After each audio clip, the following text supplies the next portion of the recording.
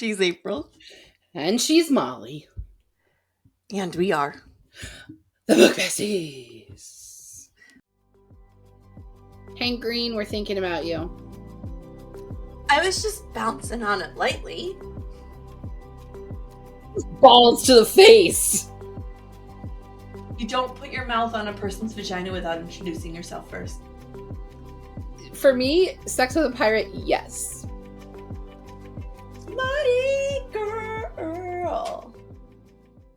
We're jazzed. I don't know what that was. I don't know. My hips hurt. That's what I know. Because I had to sit in middle school bleachers for hours. My hips hurt too. Different reasons, but... Yeah. I don't hang out with pirates like you do. That's not why.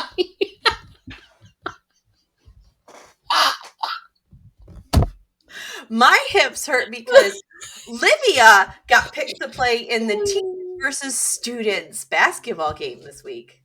Uh-huh. How'd she do? She played a whole quarter. She didn't get knocked down and she's didn't cry. Like this big. You could put her in your pocket. I know. Her friend, her last name's Frank. I call her Frank. Frank goes, Liv, you're short. Just pass underneath their legs. Good call. That's an excellent strategy, Frank. So the students did lose, but it was adorable. It was adorable because the students are really tired of losing because the teachers talk a lot of shit all week. Of course they do. A lot of shit all week. So some of the boys were getting real like rowdy and like rough. Like the student section was really full. Like real full. They made it because they do this for Relay for Life. Instead of doing like a money drive or something, they do this teachers versus students. They've been doing this for several years. This is like their 17th or 18th year. That's adorable. I love that idea. I do too. And it's super cute. And it kind of gets them, it makes it, it's a small school. So it makes them just bond a little bit. But one kid, he's like as tall as some of the female teachers. And he was just like plowing through them like you do see him in the NBA. And it's like, he knocked down one of the female teachers and everybody went, oh! And he's like, you're kidding me, right? I'm 13. Like, you can see his face. You're mad at me for knocking down an adult. When I did my student teaching, we did a students versus teachers basketball game, and they made the student teachers be the cheerleaders. So I had to wear the high school cheerleading uniform. Now listen, I've always been big. I am bigger now than I was in college. I had to wear pants because I could not zip that fucker up. Like I bet that shirt was not coming up. In your defense, most high school cheerleaders are a size 2. Like, no, not at this school because this was an urban school, so we had a lot of we had a lot of girls that had asses. Like a decent body shape and had normal body shape. Right, but I was still too big for it. I mean, you're a grown up. You're allowed to have a big body. I was 21. I don't know that I was a grown up. I mean, when are we ever grown ups? I don't feel like a grown up now. That's fair. I mean, Matt literally yelled at me yesterday for jumping on the diving board. Molly, a week ago you told us about how you fell out the front step. Maybe jumping on the fell up the front step. Fell up the front step. That's not helping your case. You should not be jumping on diving boards. I was just bouncing on it lightly. I like to bounce. It helps my neurostimulation. Okay, well then get a bouncy, like a yoga ball, and bounce on that. Or no diving boards. Or not lay down. So well met this week. He's a pirate. My husband is not a pirate. Mine is. Indeed. Okay. I never thought I would enjoy that. Okay. But this week we're going to find out. Synopsis. Well, first let's say did we already tell what we were talking about? We've said it 3 times. I don't think we've really talked about it. This is the book, Well Met by Jen DeLuca. I don't fucking know. So there you go. There's the book. I don't fucking know. Welcome to Book Besties. We don't fucking know anything. We don't fucking know. All right, synopsis. That's our new tagline. Welcome to Book Besties. This is a book I read. I don't fucking know anything about it. We're going to go now. Bye. Thank you for joining us to discuss a book we don't fucking know. Okay. I don't fucking know. All right, synopsis. I don't fucking know. That's the synopsis. I don't Okay. fucking know. I'm thinking of a finger. Okay. Oh. Okay. Magic. Synopsis. Well Met by Jen DeLuca is the first book in a series of standalones that take place at a small town, Ren Fest. This book is the story of Emily, who has been living with her sister April and her niece Kate for several months after April had a terrible car accident, leaving her unable to care for herself. Terrible. What? I just said terrible again. Yeah. As Emily's life fell apart around the same time, including losing her boyfriend of 5 years and the apartment they shared, caring for April and Kate was not a difficult transition. But when Kate wants to join the school's Ren Fest fundraiser for the summer, Emily is forced to join as well. The fair is run by Simon, a surly, no-nonsense English teacher who took the fair over when his brother died 3 summers ago. Emily and Simon immediately butt heads, a pattern that continues most of the summer, until that is that Emma, the tavern wench, meets Captain Blackthorn. As the summer moves on, Emily discovers she has a fierce attraction to the leather-pantsed Simon, who has continued to find ways to kiss her publicly in character. When those kisses transfer to private, the two begin to fall in love. But the big questions are still there. Emily has planned to leave at the end of the fair to go back home, and Simon is obsessed with the fair and puts it above everyone else. So how will the slow burn, grumpy sunshine end? Oh, who knows? Who knows? This is such an unpredictable book. Nobody will have no idea how this ends. All right, listen. It turns into a murder mystery, actually, guys. And there's a gruesome ending. It's fantastic. Respectfully, Molly, fuck you. Okay, before we jump into questions, I want to shout out to Janice from work. She actually suggested this book. What up, Janice? So like me, she likes to read books. I actually told her about Katie and I doing Smut Girl Summer and said, someone that works at the library likes to read books? Not everybody that works at the library likes to read books. That's interesting. That's not a requirement. They don't require you to read books. I just would want, I would want somebody that likes books to be around the books. There are people that work with me at the library that haven't finished the book in years. It sounds sacrilege. So anyway, I'm just saying it sounds sacrilegious. It does, but it's the way it is. So Janice likes smutty books too, and so I told her she should do Smut Girl Summer with Katie and I, and she was like, "I do Smut Girl all year." So it's like, I live Smut Girl life. Fair. Smut Girl life. So anyway, she suggested this book. This was one of her favorite rom-com series, and so I bought it and put it on pod. And here you go. So, I did not put a question down of this, but before we actually dive into the questions, I want to say this. Mm-hmm. One of the things that I do not like about historical fiction, the thing that I claim bothers me the most, is the predictability. Does it add anything to the genre? How is this different than every other? I know what you're about to say. I'm prepared. Oh gosh, I just blinked on his name. Interviewed him for Con. Anthony Mara. As Anthony Mara said, you can't walk into a bookstore without tripping over a stack of World War II historical fiction, right? Facts. Okay, so why does that bother me so much? But this, which is a complete formula rom-com, why do I like this? What are you doing? Yes! Yes! Yes! Christ, woman! It's preference! I've been saying it for fucking years, it's preference! Fuck you! No respectfully about it. Disrespectfully, fuck you. I hope you feel disrespected. Fuck you! After disrespecting my genre for a bazillion years, fuck you! I'm throwing my hair into it. Yeah. You know what? Well, fucking my headphones are all fucked up now. Like, I don't know, it's all disheveled. Holy shit. But your hair looks cute like that. Leave it. I like it. Disheveled? It looks cute. Anyways, thank you. It's really shaggy. You could be right. But I actually think the issue You earned the fuck you and the bell. Okay. That's fair. But I actually Valid. think the issue is also something that Anthony Mara said. My favorite book of all time is historical fiction, and I High can't. standards. That's my standard. That is the threshold for me. Mm-hmm. Yeah. Yeah. Yeah. All Again, right, that's fair. fuck you. That's fair. I mean, I gave you one of the best historical fictions of all time, written by a historian, and you were like, meh. That book was historical fantasy, not historical fiction.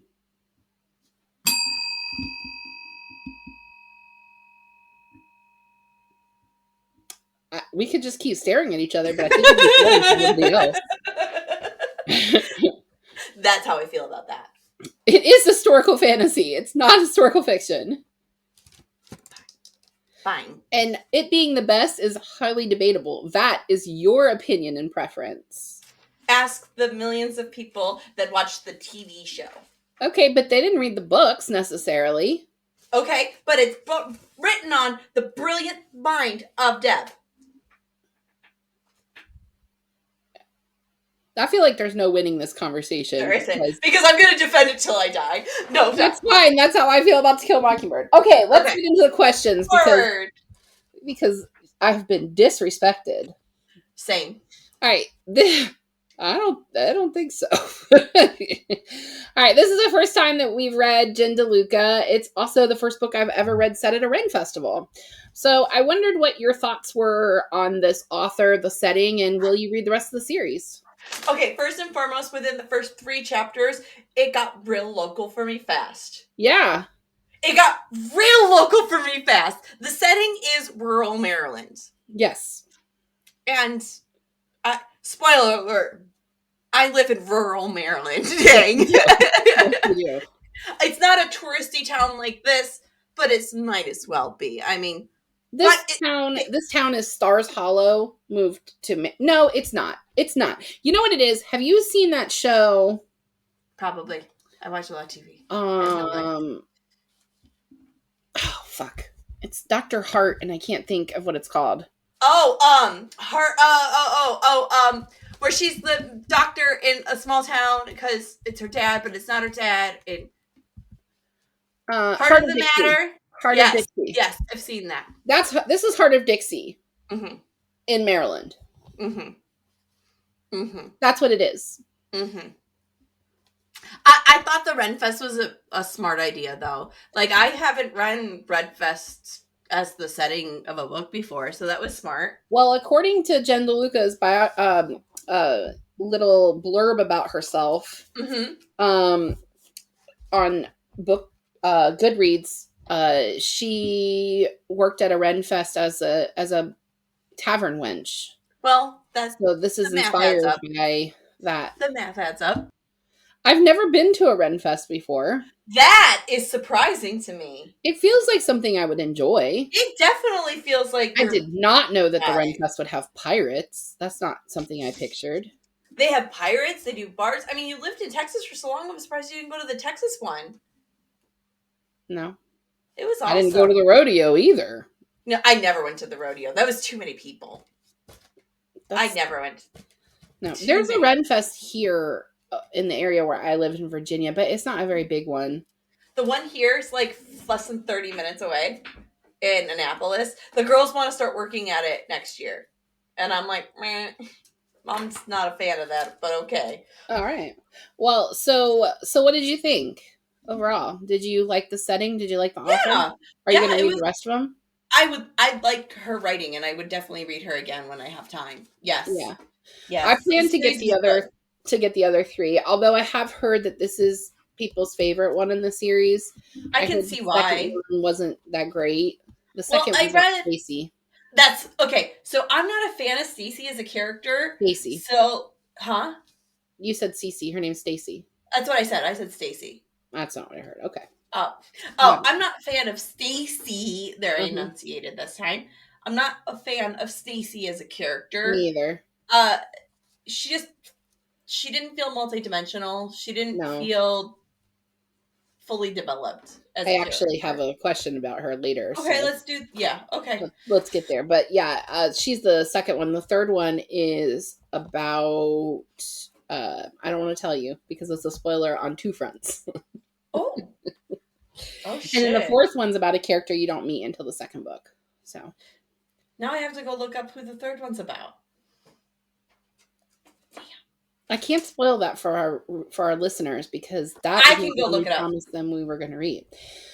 Okay, so yeah, I definitely want to read the rest of these. Katie texted me earlier today and said that Well Met is on hold for her at the library. Nice. So she's going to go get it. And if she likes it, I'm going to try to include more of them in the Smut Girl Summer read. Nice. Well, maybe I'll try to jump Smut in on a Girl couple of them. Summer. Smutty girl.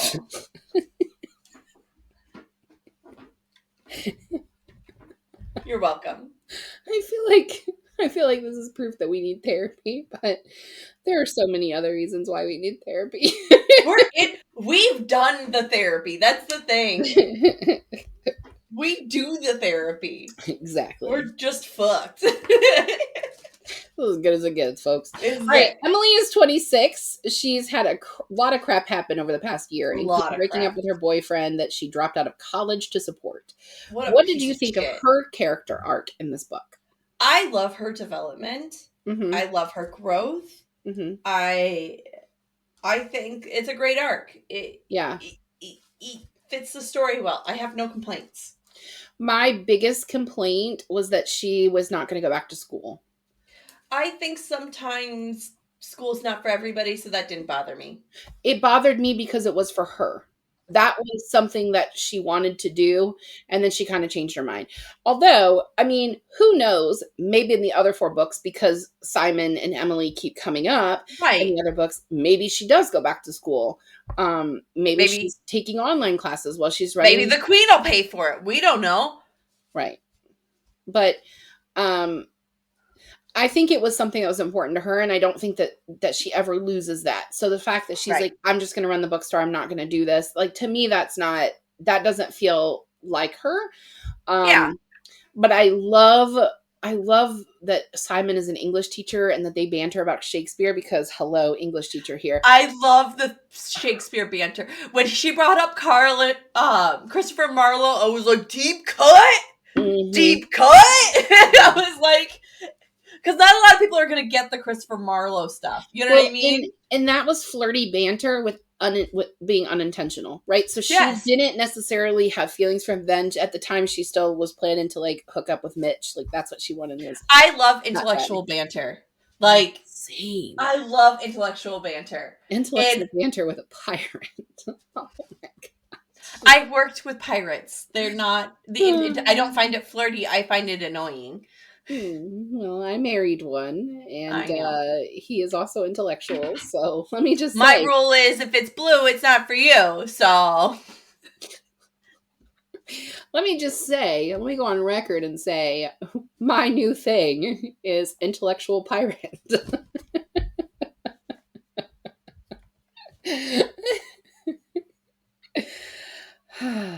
Okay! Moving on. Happy for you, truly. Well, I'm sure he's very happy as well. I mean, I would like to think so. Simon's story is super sad. His brother... Oh, sorry. Going back to Emily, do you think it was necessary, all this shit that happened with the boyfriend? Actually, yes. You do? I do. Especially, like, okay, first, what a shitty thing to do to her. Mm-hmm. Like, I'm a person that negotiates. So if I'm going to give something up, like my future, I'm going to want something back. So I'll be like, yeah, I'll stay and work, but we need to get married. So I feel secure in our relationship, right? Like, for her to just be like, yeah, we'll be together. No guarantees, no promise of a future. Just, that was brave for her. I feel like it's something that from someone from our generation would never do. Like, this is not a thing that older millennials would do. We would not jump into a relationship without security and quit. I say all of that, and then I quit my job and drove across the country to be with Tom. But you knew I had another job lined up, though. So, and, like, you knew he was the one. Right. Like, there was no... there was nothing that would, there's no way a boy would have convinced me to drop out of school so that he could go to law school and I Mm-mm. worked two jobs support us. Not without a ring on this No, finger. that's not happening. Right. Mm-mm. It's not something our generation would do. I Think just so. I mean, Matt and I were 3 years, 4 years deep when I got out of the Coast Guard, and Yeah. I was gonna stay home with the girls, and I was still like, I don't know if this is a good idea. I don't like that making Yeah. money on my own. Yeah. And he's like, no, I totally got you.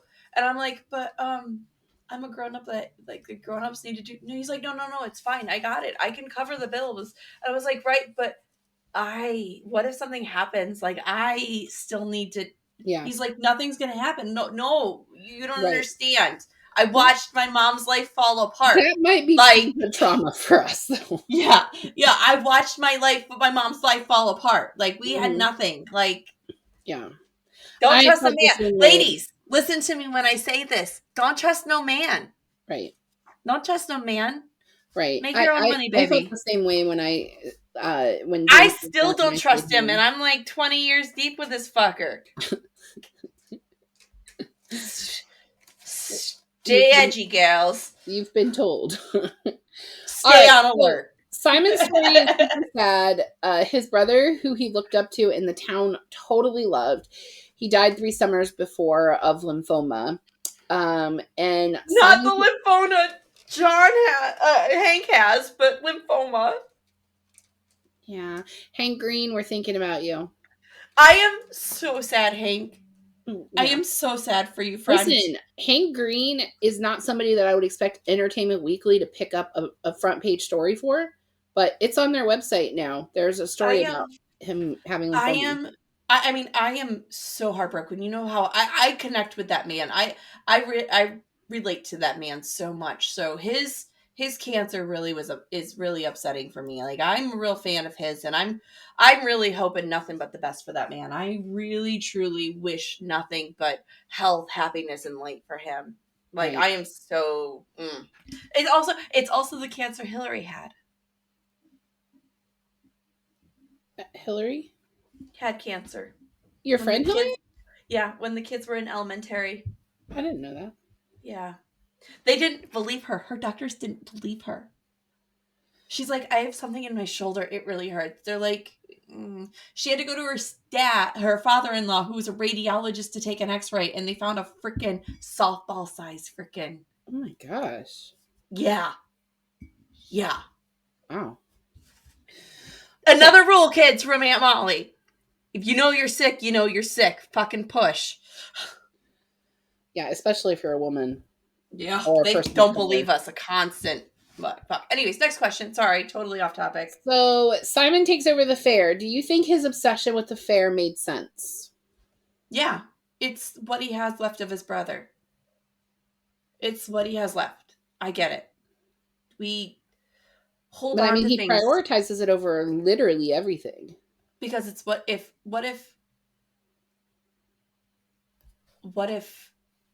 it's not right? Would you know what I mean? Like you hear his argument in there, and Right. it makes sense to me as someone that has lost loved ones a lot. What if this changes? Will I I feel forget like he them? was living What if? so I feel like he was living so much in his brother's shadow Mhm. that it wasn't just the grief that was driving him. It was, It I was the can never legend. live up to my brother and I'm going to prove everyone right by fucking up the fair. Mm-hmm. And being Blackbeard is Blackthorn. Blackthorn, excuse me. Being Blackthorn is his only chance to be himself. You know what I Which is mean? And be unfortunate. relaxed. Which is unfortunate because he's a totally different person then.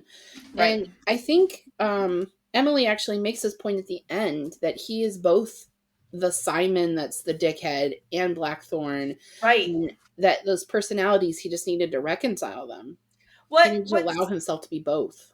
what's frustrating for me is all of those people that knew him, not a single one was like, this is not what your brother would have wanted. Right. Right? Like nobody was like, hey, it's okay to take a second. Well, I This feel like isn't what he Chris was wants. like advocating for changes and I she mean, was kind of yeah, pushing back. But right. yeah, I I mean, mean, but you're she's right. also the queen.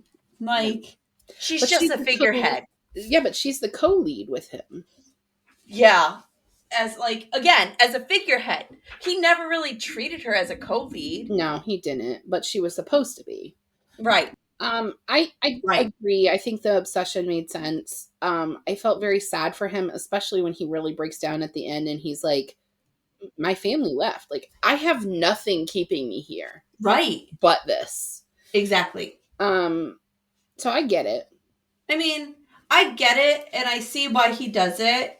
And it's just really sad that no one in that community was Yeah. like, hey, what the fuck? It's sad that it took an outsider to go, Yeah. it's okay if you're not 100% in control all the time. And it's like Mitch, he's such a fucking meathead. He's like, if he didn't like it, he wouldn't do it anymore. Mitch, No, no. dude. Not everybody has the fuck it gene. Yeah. Not everybody has the fuck it, I'm done. You know what I Right. mean? Some people are loyal to a fault where they Right. will just do something until it kills them. Yeah. Period. End of discussion. Yeah. I It's was ridiculous. really thinking that they were leading the way, that the car accident, the drunk driver was either Simon or Mitch. I thought they were leading that way. I thought it was going to be Simon too. I Or that it was really, his brother and that's how he died. But then when we found out his brother yes, died 3 years before, I'm really glad it was not Simon. But me when he too. was like drinking the from the flask and like looking more and more disheveled, like I was like, okay, this is where this is going. Me too. I'm glad it didn't. Me too. I I think was that would have real been a bad nervous movie. about it. I was like, oh my God. It not No. only would have been a bad move, it would have been a Ricky move. Well, it would have just taken it too dark. Yeah. This is a bubblegum Yeah. YA. This is not YA. This is a bubblegum romance. Yeah. Right? I We're kind of sweet. wonder if that was the plan. And then the editor was like, No, this is too lighthearted. You need to yeah. this is a cartoon cover. Yeah. Remember that. Yeah, but sometimes the cartoon cover is not earned. Or You're yeah, like, misleading. Like I don't know, Ice Planet Barbarians. yeah, what the fuck? What the fuck? We don't greet people vagina first. This is not. No. You This is not don't how put we your do mouth it. on a person's vagina without introducing yourself first, gang. Right. Right. And vampires don't have sperm. Just so you And guys, in vampires case you've don't forgotten. have sperm. I just need to reiterate that one. That is Because very I feel true. like we haven't talked about that in a while. We have not. Children, vampires do not have sperm. Yeah. Okay. Well, first day, I don't know how to transition And from that. So hashtag not sponsored. I just want to cover all the bases. all the bases. All right. And so- John Green every season till he's on. I've covered all of them now. The first day of fair, Emma, who is Emily's character, and Captain Blackthorn, which is Simon, are joined together in a hand fasting. This leads to a lot of hand kissing and actual kissing over the next few fair days. What do you think of this plot device? And do you think that Simon already wanted her at that point, or was that just like part of the build? Okay, so one, I think it was built in.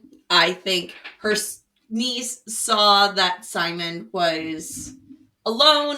She maybe overheard Simon asking questions about her aunt, and she's like playing little baby matchmaker and threw him in there. Not agree. Really? She was not okay with the fact that her aunt was dating her teacher. Oh yeah, that's true.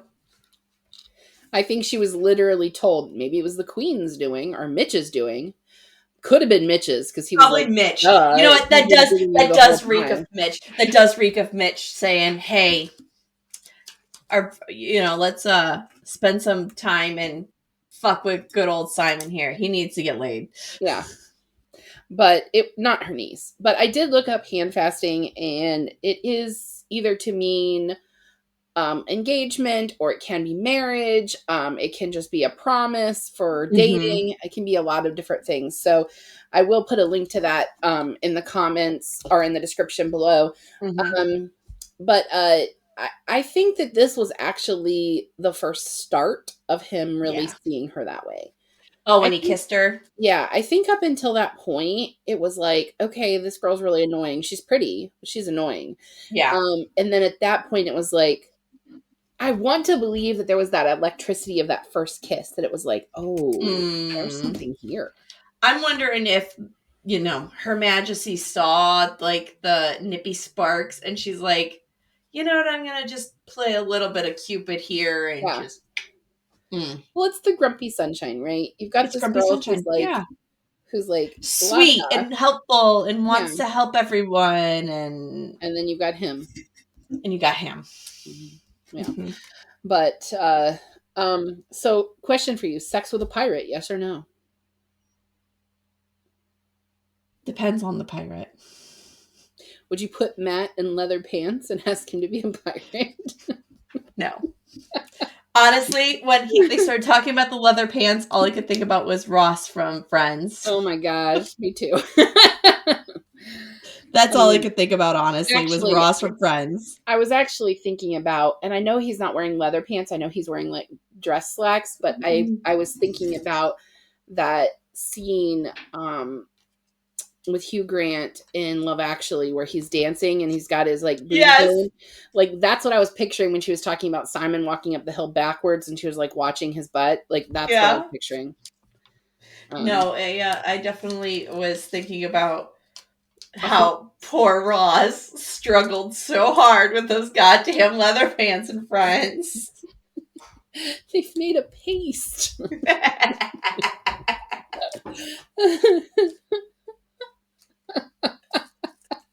Fucking millennials, we're so broken. So broken. So broken. For me, sex with a pirate, yes. But you live with a pirate, so. I do. It's true. Mm-hmm. Mm-hmm. Yes. Mm-hmm. And he has been paid for this episode. I'm sure he has. And last week's. And next week's. And the week before. I haven't paid him for next week's yet, so. Better. I will. I'm not. I'm not. I would not let you. Thank God. That's my pirate. Good.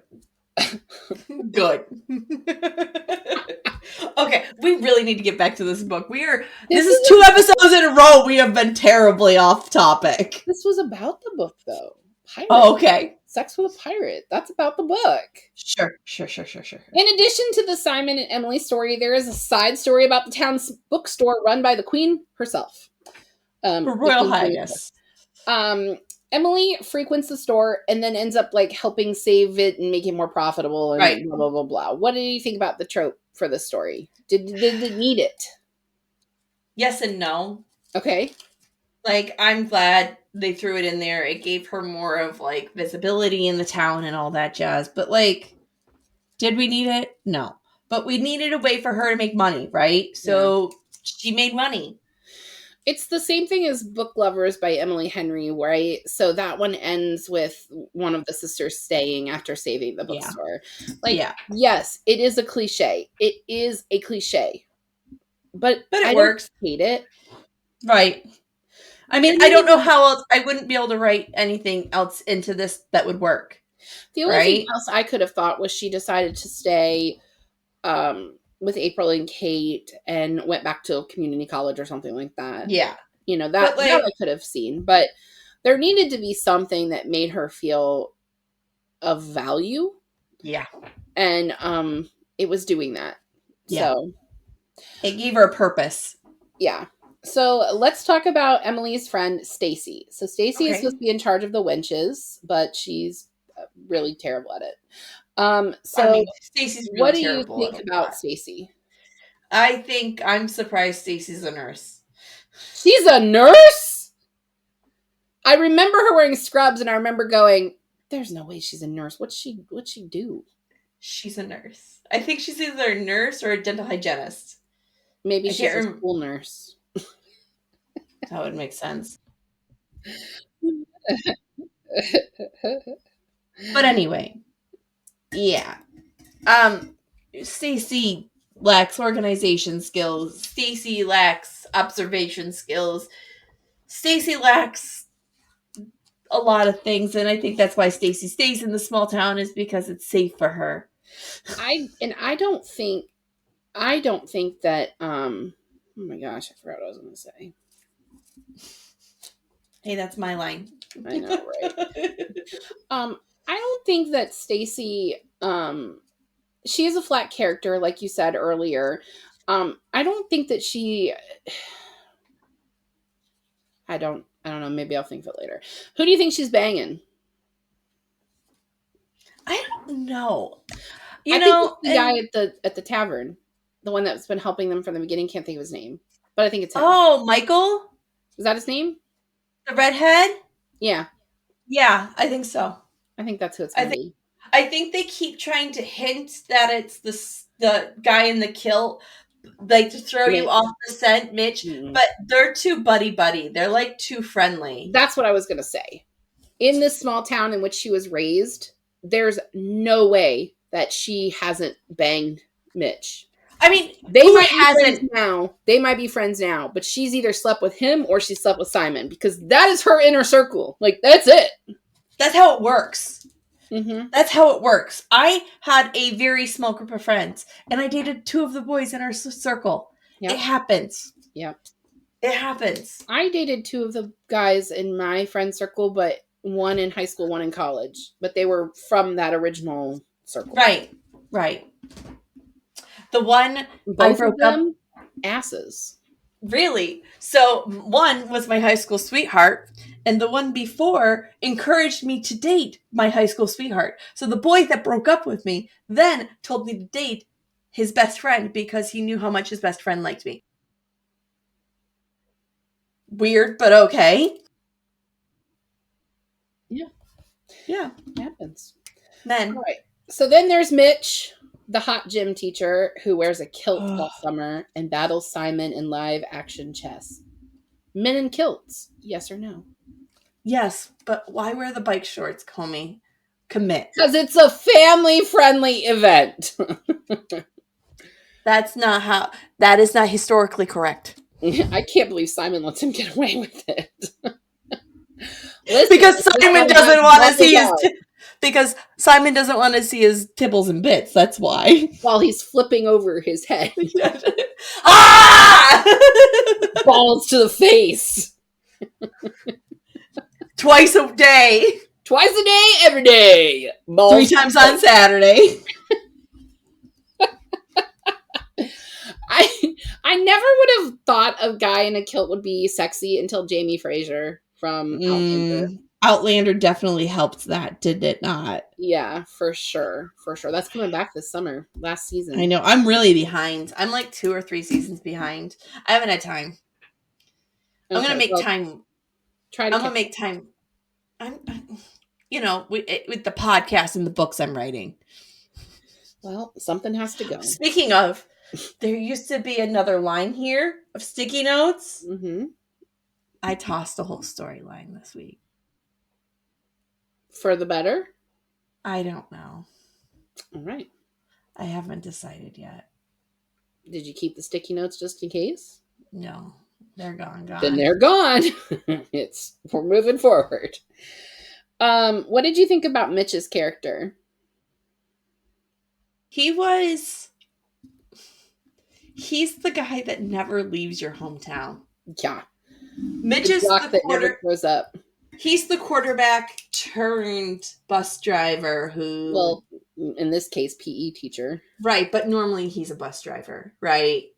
Or he works as like the local delivery guy, or he works at the grocery store. I don't know. At my high school, it was pretty common that the high school football stars came back and coached. Really? Yeah. It was pretty common. It just depends. Like ours, like we had one that was the school janitor for a while. He was like the quarterback in like the late 80s, early 90s, and he was the high school janitor. We had, I know one of the local schools, their quarterback was like working at the Quick Fill. It just, yes, the local star comes back to high school to relive his glory days is 100%. Yeah. I love the conversation that he has with Emily where he's like, I really just think of you as a friend. I thought that conversation was handled so well. But I got to be 100% honest with you, Molly. I thought Mm-hmm. the big secret was going to be that he was gay. You did. I really thought Oh no. that he was going to be, that he was gay. Just in the And, closet. well, that it was kind of like known, but But like nobody talked about it nobody kind of talked thing. about it. But that's why his best friend is Stacy. That would make sense. But no, that wasn't it.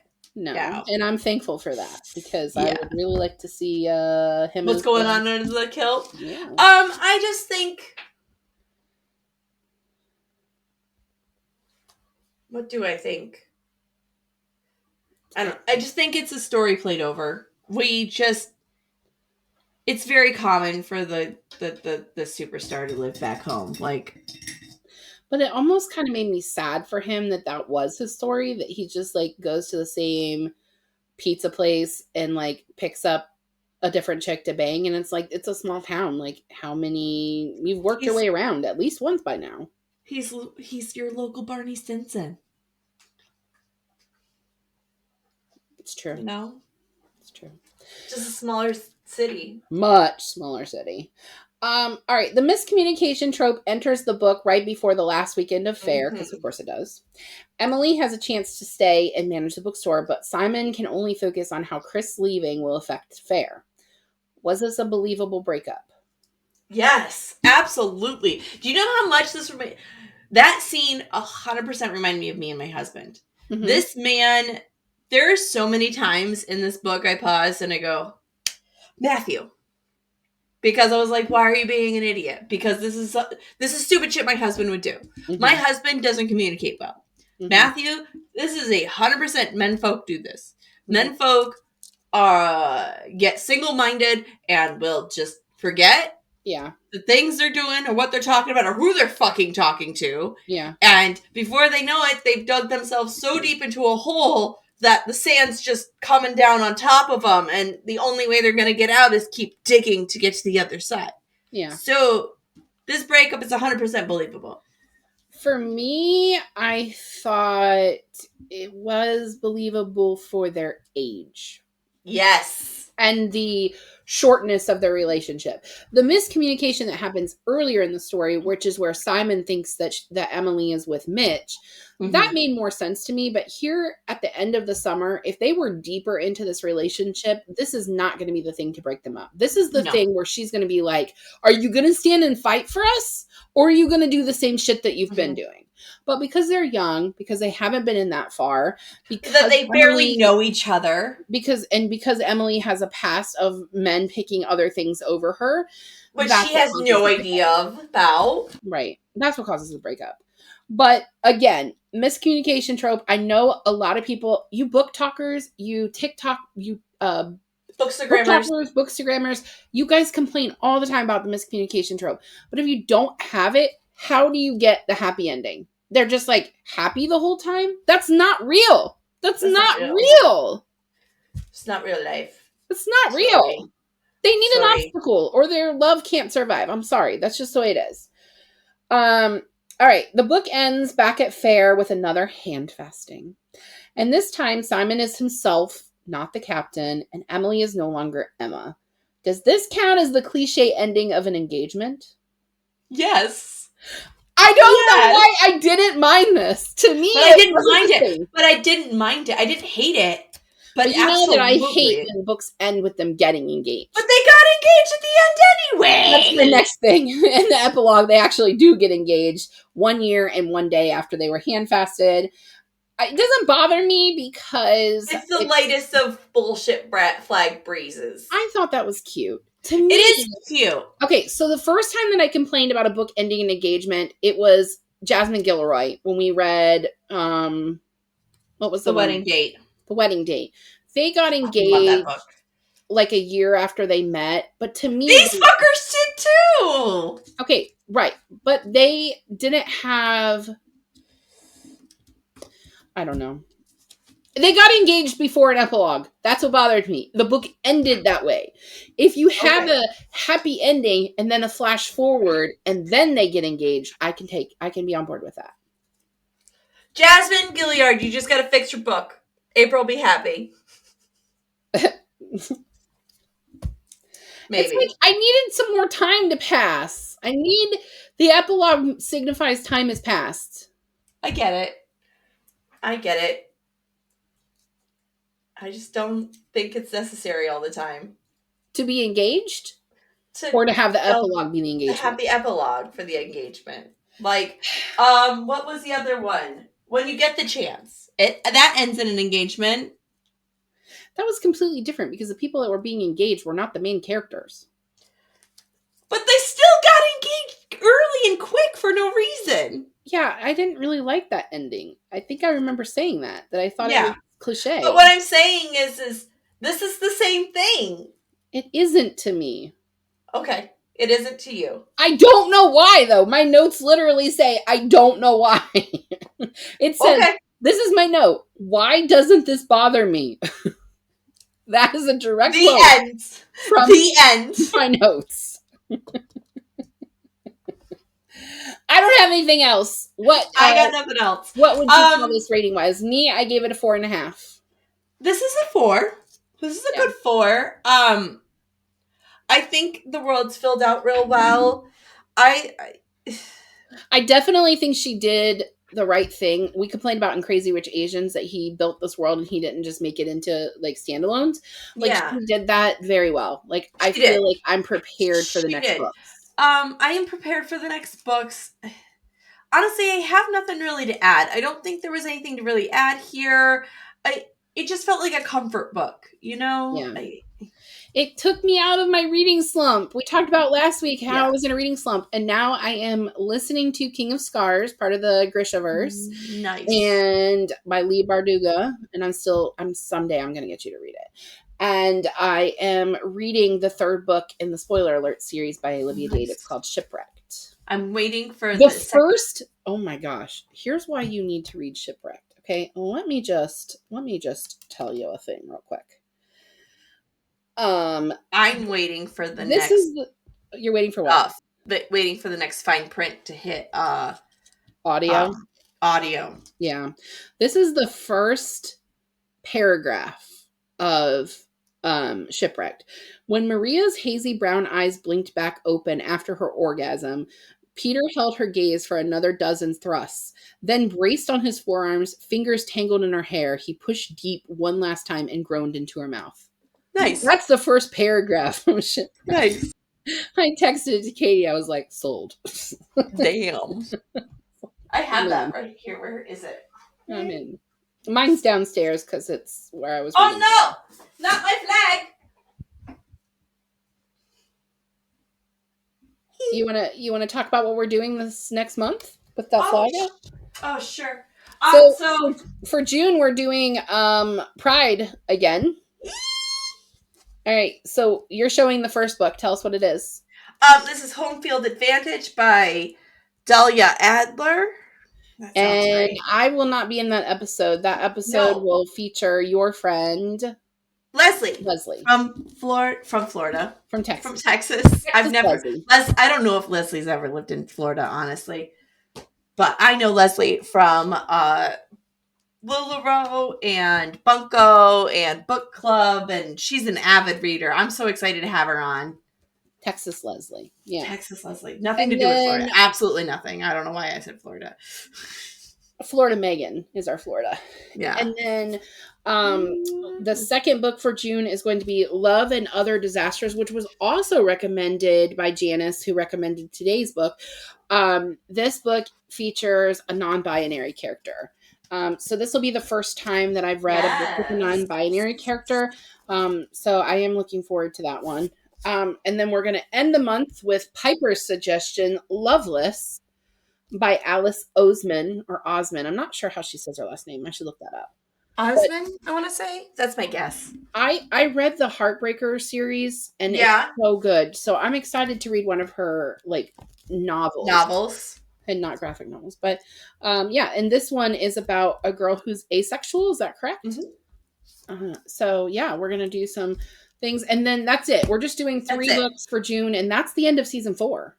Woohoo!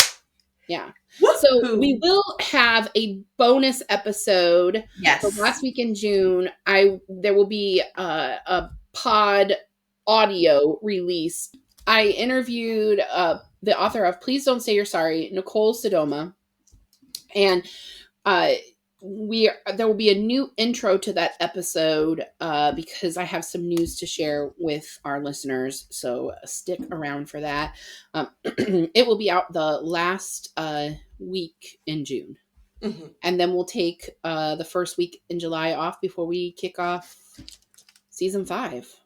Season 5. Shit, Molly. This is 2 years, dude. Down. Gosh, I can't believe it. I can't believe I've gotten your ADHD ass to stick around this long. I don't know how. I don't want to disappoint you. I feel like that's exactly why we're still doing this, because neither one of us wants to disappoint the other one. We're both exhausted, but we're never shutting it down because heaven forbid we upset somebody. We're going to be in our 50s like, she's April, she's Molly, we are the Book Besties. So we read this stupid fucking book today. Do you want to hear about it or not? Back to the beginning of the episode, I don't fucking know. We're still doing this in 10 years and it's only the fucking 400 of you, 200 of you. I swear to God, you guys better start paying us. They can't pay us if we don't set up. I know. I don't want to talk about it. To do that. I know. I know. All right. That's all I have. I'm done. All right. We'll see you next week. Well, I will see you next week, but Molly will see you next week. I'll see you next week. Bye. Thank you for joining us on Book Besties. Don't forget to like and subscribe. The views discussed here are those of Molly and April, not those of anyone else. Today's book was Well Met by Jen DeLuca. Your Book Besties are Molly Biggs and April Watkins. Editing by Thomas Watkins. And music is Sleep Sweetly by Pritchetta. Don't forget to follow Book Besties on Facebook, Instagram, TikTok, and YouTube. If you'd like to contact the Book Besties, please email us at bookbestiespod@gmail.com or visit our website, bookbestiespodcast.com. Until next time, besties, get lost in your favorite book.